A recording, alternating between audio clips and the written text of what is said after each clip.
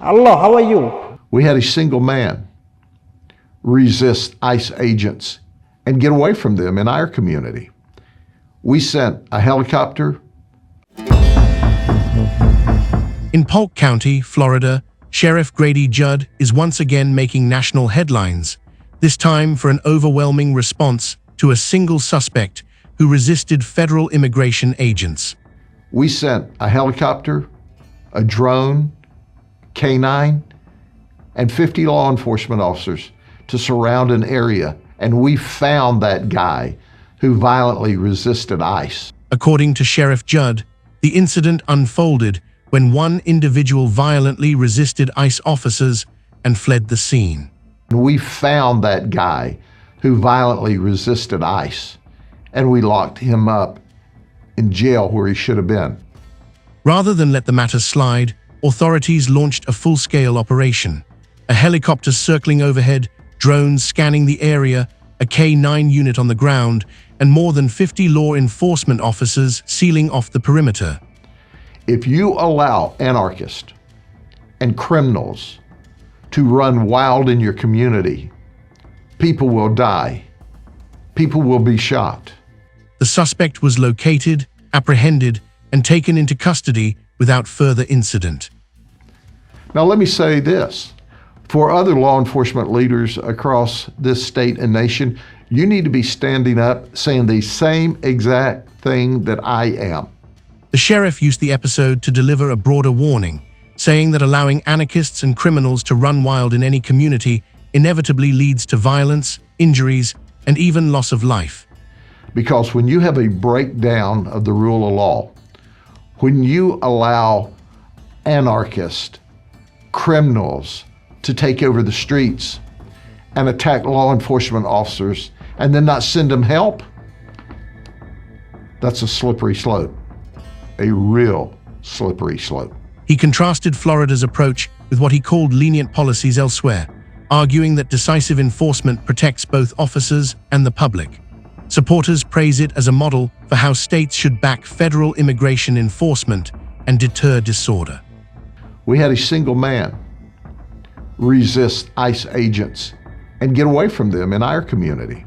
Critics, however, call the deployment excessive, questioning whether such heavy resources were justified for one fleeing individual. This comes amid heightened tensions over immigration in Florida.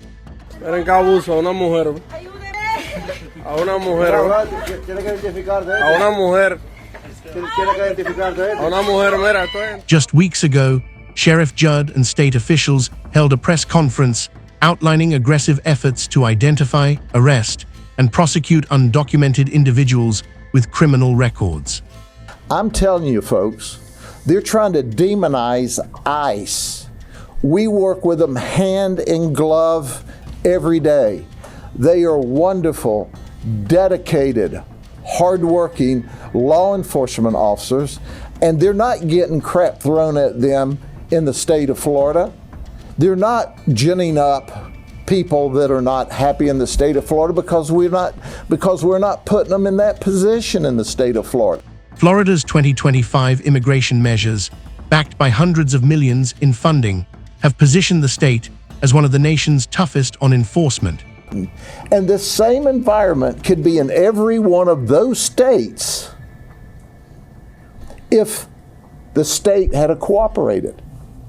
But instead, you've elected a bunch of people there, governors, primarily, House and Senate members, mayors, city commissioners, county commissioners, that said, hey, we're going to let these criminals that are here illegally committing crime against the people of the state of California or Minnesota or wherever, we're going to allow them to come back out into the community and commit more crime against you rather than turn them over to our federal partners.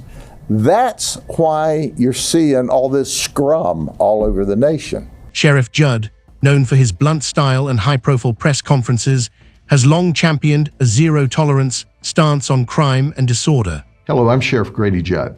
I've spent my entire adult life in law enforcement, and I have never heard of one law enforcement agency not helping another when they call for help. Tonight's story underscores the divide between those who see overwhelming force as essential deterrence and those who view it as overreach. We sent a helicopter, a drone, K-9, and 50 law enforcement officers to surround an area, and we found that guy who violently resisted ICE, and we locked him up in jail where he should have been. Thank you so much for joining us on today's show. See you in the next one. Bye-bye.